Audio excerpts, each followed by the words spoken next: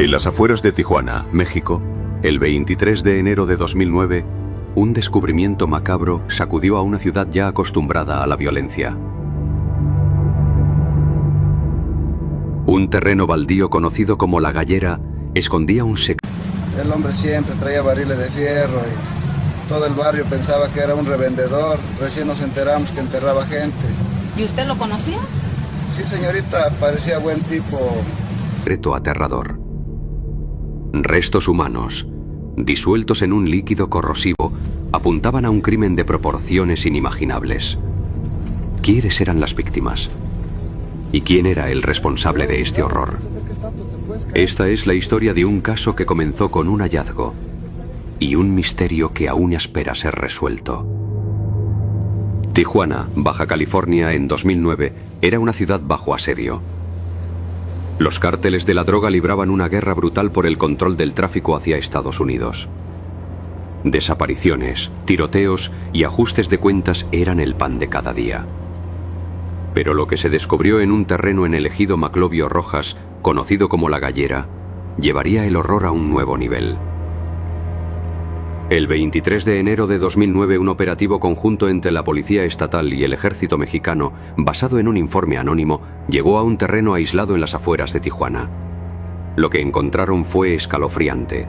Tambos de 200 litros llenos de un líquido viscoso y un olor nauseabundo.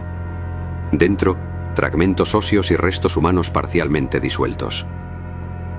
Los forenses estimaron que los restos podían pertenecer a decenas, quizá cientos de personas.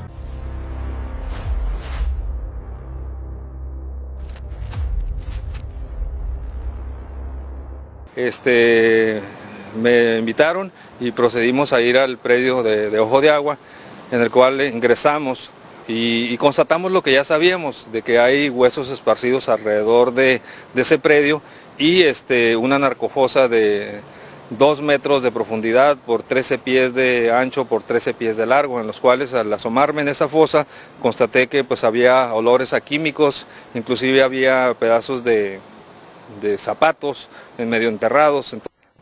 Los investigadores se enfrentaban a un enigma.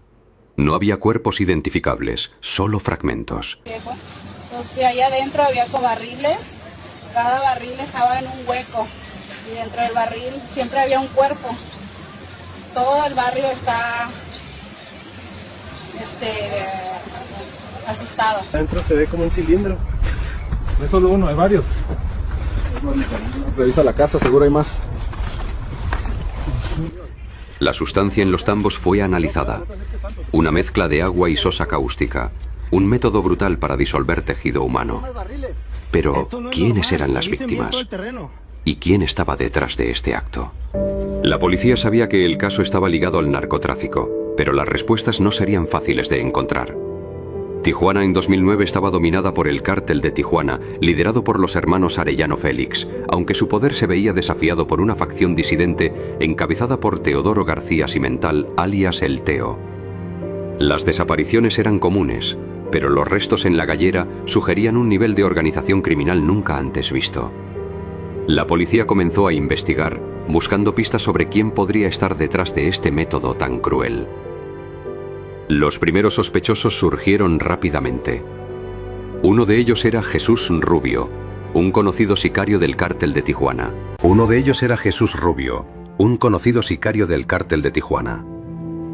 Rubio, de 38 años, había sido visto en la zona de Maclovio Rojas semanas antes del hallazgo. Los informantes aseguraban que trabajaba directamente para los Arellano Félix y que tenía un historial de violencia. A veces veíamos a Rubio rondando por aquí. Siempre estaba con tipos armados en camionetas negras. Decían que él se encargaba de limpiar los problemas del cartel. Cuando encontraron esos tambos, todos pensamos que él podía estar involucrado. Pero Rubio no era el único sospechoso. Otro nombre surgió, Marcos Peña, un transportista local de 45 años que trabajaba ocasionalmente para el cártel. Peña había sido detenido en 2008 por posesión de armas y tenía deudas con figuras del narcotráfico. Su camión fue visto cerca de La Gallera días antes del operativo. Peña era un candidato lógico, sabíamos que estaba desesperado por dinero y los cárteles a menudo usan a personas como él para trabajos sucios. Su coartada no era sólida, decía que estaba en casa, pero nadie podía confirmarlo.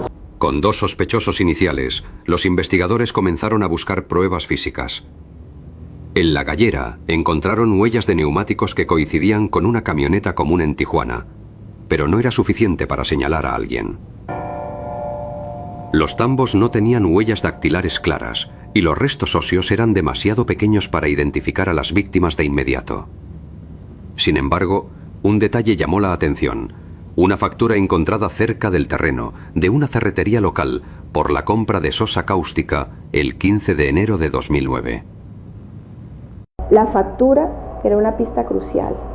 La sosa cáustica no es algo que compras todos los días en esas cantidades. Sabíamos que alguien la había usado para disolver los cuerpos, pero ¿quién? La factura no tenía nombre, solo una fecha y un lugar. Era un hilo del que tirar.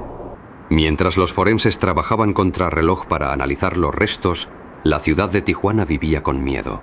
Las familias de cientos de desaparecidos comenzaron a exigir respuestas. ¿Estaban sus seres queridos entre los restos de La Gallera? Y lo más importante, ¿quién era capaz de cometer un acto tan inhumano? La policía decidió rastrear la factura de la ferretería esperando que las cámaras de seguridad revelaran algo.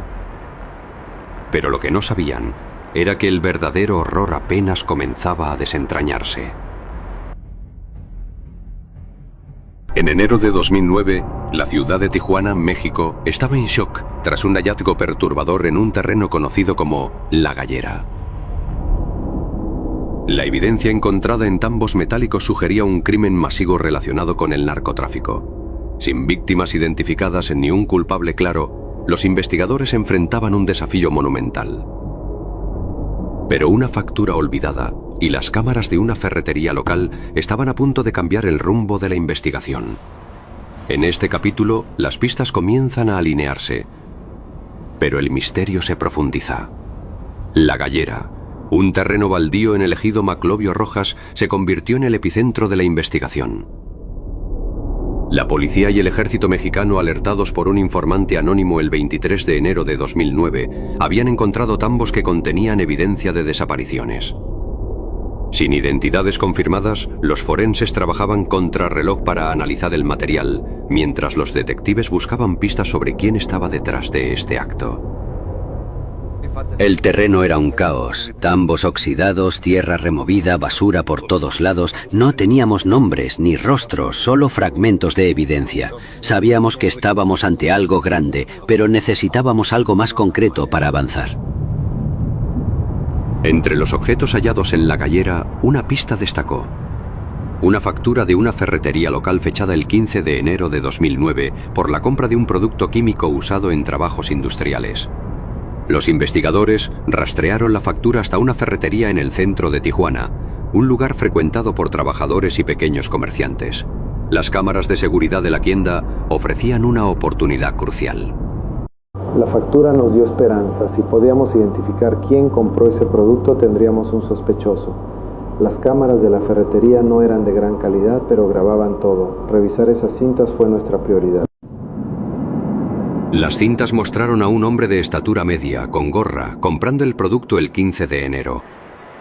La imagen era granulada, pero suficiente para que los investigadores comenzaran a hacer preguntas. ¿Era este el responsable? La policía amplió su lista de sospechosos, revisando los ya identificados. Jesús Rubio, un supuesto sicario del cártel de Tijuana, y Marcos Peña, un transportista con deudas al narco. Jesús Rubio, de 38 años, seguía siendo un sospechoso clave. Los informantes aseguraban que trabajaba para los hermanos Arellano Félix, líderes del cártel de Tijuana. Rubio había sido visto en la zona de La Gallera semanas antes y su historial de actividades sospechosas lo mantenía en el radar. Rubio no era de hablar mucho, pero todos sabían que resolvía problemas para el cártel. Si alguien desaparecía, su nombre siempre salía a relucir. Lo vi cerca de La Gallera una vez, cargando algo pesado en su camioneta. Pero los investigadores no podían descartar a Marcos Peña, el transportista de 45 años. Peña, detenido en 2008 por posesión de armas, tenía conexiones con el cártel y una coartada débil para el 15 de enero. Su camioneta, una Ford negra, coincidía con las huellas de neumáticos encontradas en la gallera. Marcos siempre estaba yendo y viniendo con su camioneta. A veces llegaba tarde con el vehículo lleno de cosas tapadas con lonas. Nunca pregunté, pero después de lo de la gallera, todos empezamos a sospechar.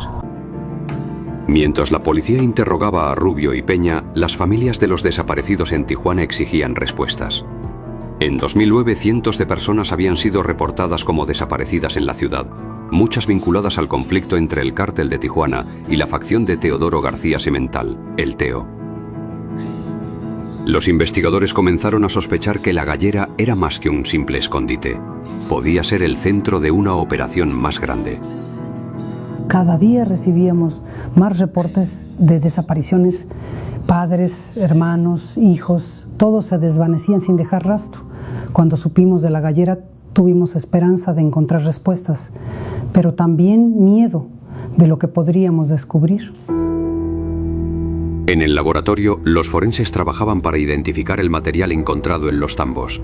Aunque el proceso era lento, lograron extraer pequeños fragmentos que sugerían múltiples víctimas. Pero sin nombres ni registros claros, la tarea era como buscar una aguja en un pajar. Entonces, un nuevo descubrimiento cambió todo. En una redada el 23 de enero de 2009, en Ensenada, la policía detuvo a un grupo de hombres armados. Uno de ellos parecía nervioso, como si escondiera algo. Esa redada no estaba planeada para este caso, pero uno de los detenidos nos llamó la atención. No hablaba mucho, pero sus manos temblaban. Pensamos que podía saber algo sobre la gallera. Con un nuevo sospechoso bajo custodia, la policía estaba a punto de descubrir un secreto que cambiaría la investigación para siempre. Pero ¿era este hombre la clave para resolver el caso o solo otro callejón sin salida? La respuesta llegaría con una confesión inesperada, pero aún no estaban listos para lo que revelarían las próximas horas. La investigación sobre el hallazgo en La Gallera, un terreno baldío en las afueras de Tijuana, México, tomaba un rumbo inesperado. Un hombre detenido en una redada en Ensenada parecía saber más de lo que decía. Mientras las familias de los desaparecidos exigían respuestas, una confesión estaba a punto de cambiarlo todo. Pero, ¿era este hombre el responsable del horror en La Gallera o solo una pieza más en un rompecabezas mucho mayor? Este hombre no hablaba al principio, estaba tallado, con la mirada baja, pero cuando empezamos a presionarlo sobre la gallera, algo cambió. Sus manos temblaban y luego empezó a contar una historia que no podíamos creer. El detenido, un exalbañil de Guamúchil, Sinaloa, admitió haber trabajado para una facción del cártel de Tijuana liderada por Teodoro García Semental, conocido como el Teo.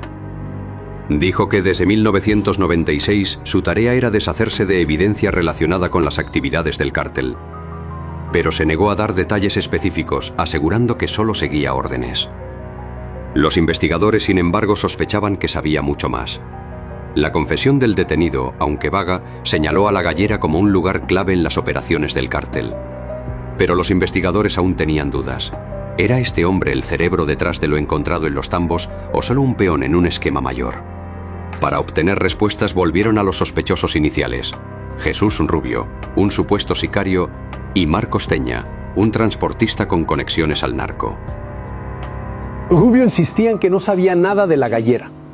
Dijo que trabajaba para los Arellano Félix, no para el Teo, y que sus tareas eran diferentes. Pero su historial los hacía dudar. Alguien con su experiencia podía estar involucrado en algo así. Mientras tanto, Marcos Peña, el transportista, seguía en la mira. Su camioneta coincidía con las huellas encontradas en La Gallera, y su coartada para el 15 de enero, cuando se compró el producto químico en la ferretería, no convencía. Los investigadores decidieron registrar su casa, buscando cualquier pista que lo conectara con el terreno. En la casa de Peña encontramos un tambo similar a los de La Gallera. No tenía evidencia directa, pero era sospechoso. Pensamos que podía estar transportando materiales para alguien más. La pregunta era, ¿para quién? Mientras la policía seguía estas pistas, la presión crecía. En Tijuana, las familias de cientos de desaparecidos se reunían exigiendo justicia. El hallazgo en la gallera había despertado esperanzas de encontrar respuestas, pero también miedo. ¿Estaban sus seres queridos entre la evidencia encontrada? Activistas como las Madres Buscadoras de Tijuana comenzaron a presionar a las autoridades pidiendo que se identificaran los restos. Las familias merecíamos saber la verdad. Cada día sin respuestas era una tortura. La gallera no era solo un terreno, era una herida abierta para todos nosotros. Queríamos nombres, queríamos justicia. En el laboratorio, los forenses luchaban por identificar el material encontrado en la gallera. Los fragmentos eran mínimos, lo que dificultaba obtener resultados claros. Pero un avance llegó cuando lograron extraer ADN de algunos restos. Aunque no podían identificar nombres aún, confirmaron que el material pertenecía a múltiples personas, lo que sugería un crimen de gran escala. Con este nuevo dato, los investigadores volvieron al hombre detenido en Ensenada. Bajo presión, ofreció más información. Admitió haber trabajado en la gallera por años, siguiendo órdenes de El Teo. Dijo que usaba productos químicos para eliminar evidencia, pero insistió en que no conocía a las víctimas. Sus palabras eran escalofriantes, pero incompletas. ¿Estaba diciendo toda la verdad o protegía a alguien más?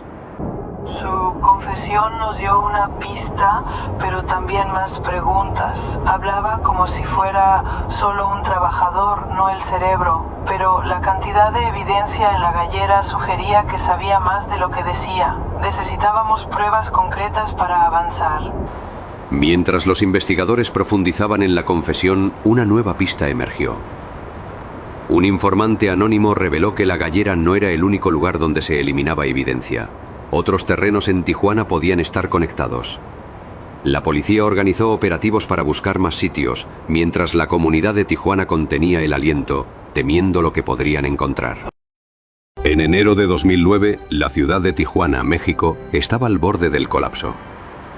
El hallazgo en la gallera, un terreno baldío lleno de evidencia de desapariciones masivas, había sacudido a la comunidad.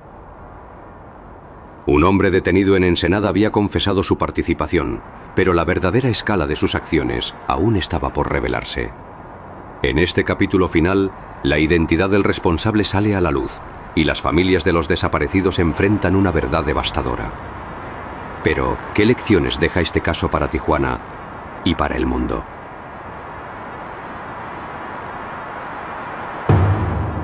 El 23 de enero de 2009, la policía mexicana detuvo a un hombre en Ensenada que cambiaría el rumbo de la investigación.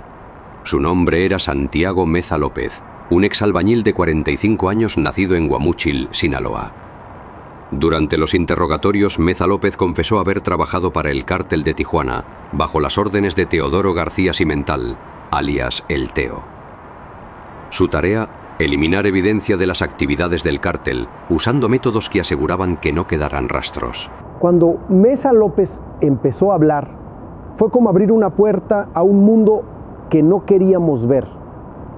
Dijo que llevaba años trabajando en la gallera, siguiendo órdenes. No mostraba remordimiento, solo hablaba como si fuera un trabajo más. Pero lo que confesó era mucho más grande de lo que imaginábamos.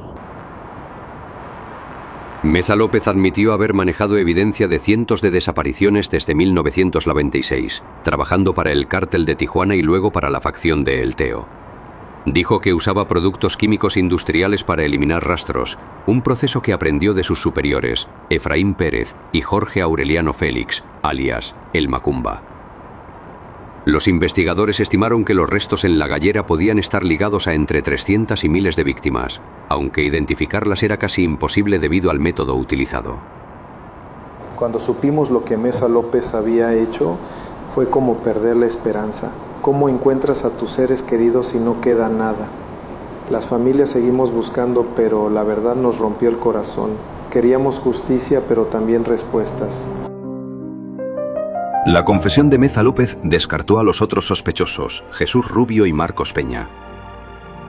Rubio, un supuesto sicario, tenía una coartada sólida y Peña, el transportista, solo estaba vinculado al cártel por deudas menores.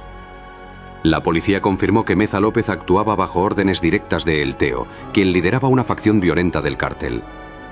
Pero la pregunta seguía: ¿Por qué Meza López, un hombre común, se involucró en algo tan grave? Meza López contó que entró al cártel tras un incidente personal en los años 90. Desesperado por mantener a su familia, aceptó un trabajo que parecía simple, pero que lo llevó a un camino sin retorno. En su confesión dijo que ganaba $600 a la semana por su labor, una suma que lo ató al cártel por más de una década. Pero su historia no generó compasión, solo horror. En 2015, Meza López fue sentenciado a 10 años de prisión por inhumación clandestina, pero su caso no terminó ahí. En 2024, un tribunal federal en México lo condenó a 30 años y 8 meses adicionales por secuestro y delincuencia organizada. Cuidado, no te acerques tanto, te puedes caer. Checa adentro. ¿Sí hay más barriles? Esto no es normal, revisen bien todo el terreno.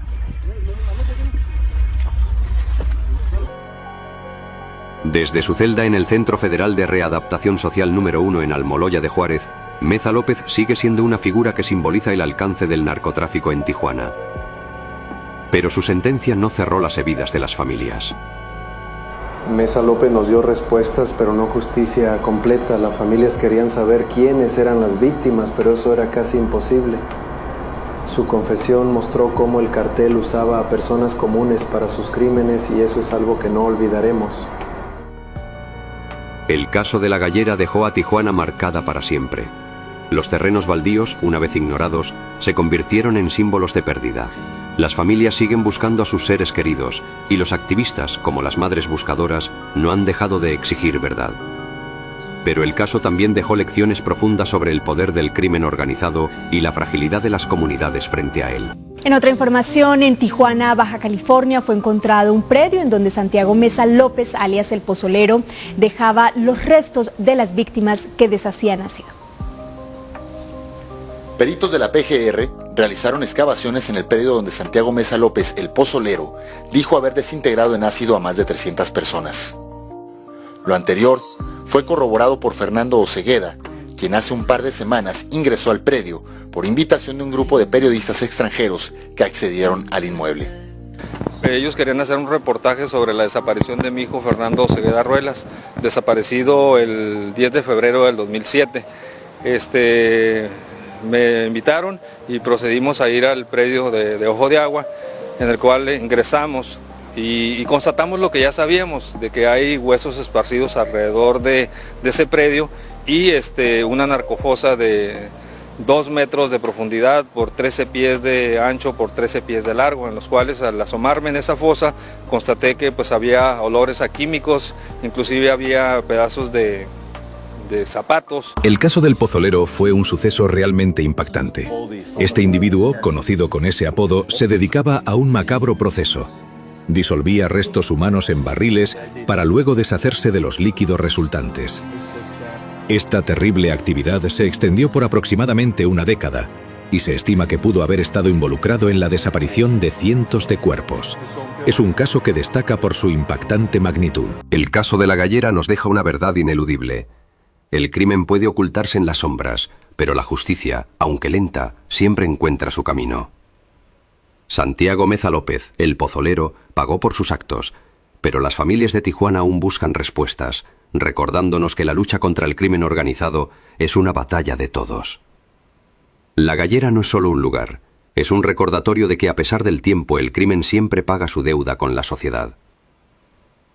Gracias por acompañarnos en Crímenes Imperfectos.